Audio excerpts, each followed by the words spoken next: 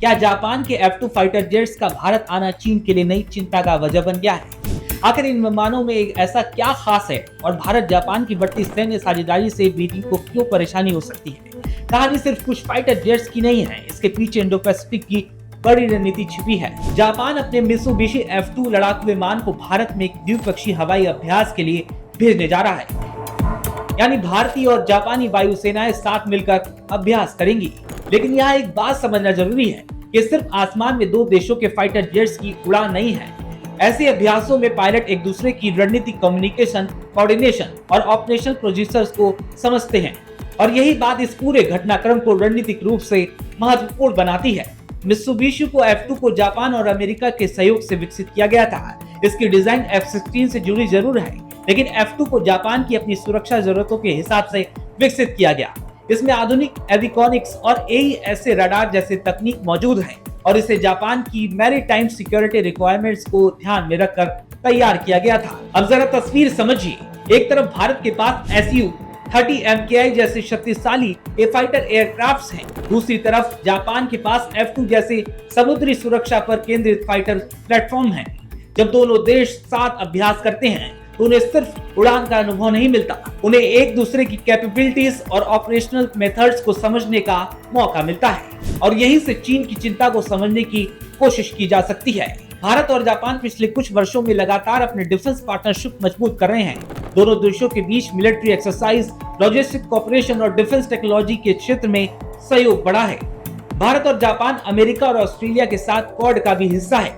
हालांकि क्वाड को किसी सैन्य गठबंधन के तौर पर देखना सही नहीं होगा, लेकिन चारों देश इंडो पैसिफिक में एक फ्री एंड ओपन क्षेत्र की बात करते हैं। अब सवाल है कि चीन इस पूरे समीकरण को इतनी गंभीरता से क्यों देखता है? क्योंकि भारत और जापान इंडो पैसिफिक के दो बेहद महत्वपूर्ण हिस्सों में मौजूद हैं।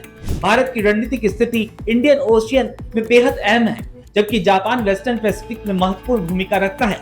ऐसे में दोनों देशों के बीच डिफेंस कोऑपरेशन बढ़ने का मतलब है इंडो पैसिफिक में मिलिट्री कोऑर्डिनेशन का स्तर भी धीरे धीरे बढ़ सकता है। चीन की सरकारी मीडिया और वहां के विश्लेषक पहले भी भारत जापान के बढ़ते रणनीतिक संबंधों पर सवाल उठाते रहे हैं। उनका तर्क रहा है कि भारत को जापान और अमेरिका की रणनीतिक सोच का हिस्सा बनने से सावधान रहना चाहिए, लेकिन भारत का पक्ष भी उतना ही महत्वपूर्ण है। भारत की विदेश नीति में स्ट्रेटेजिक ऑटोनोमी एक अहम सिद्धांत रहा है। भारत अलग अलग देशों के साथ अपने राष्ट्रीय हितों के आधार पर रक्षा सहयोग करता है, इसलिए जापान के साथ सैन्य अभ्यास को सीधे चीन के खिलाफ युद्ध की तैयारी कहना सही नहीं होगा। लेकिन इसका स्ट्रेटेजिक मैसेज जरूर है। संदेश ये है कि भारत और जापान का डिफेंस रिलेशनशिप अब सिर्फ बैठकों और कागजी समझौतों तक सीमित नहीं है।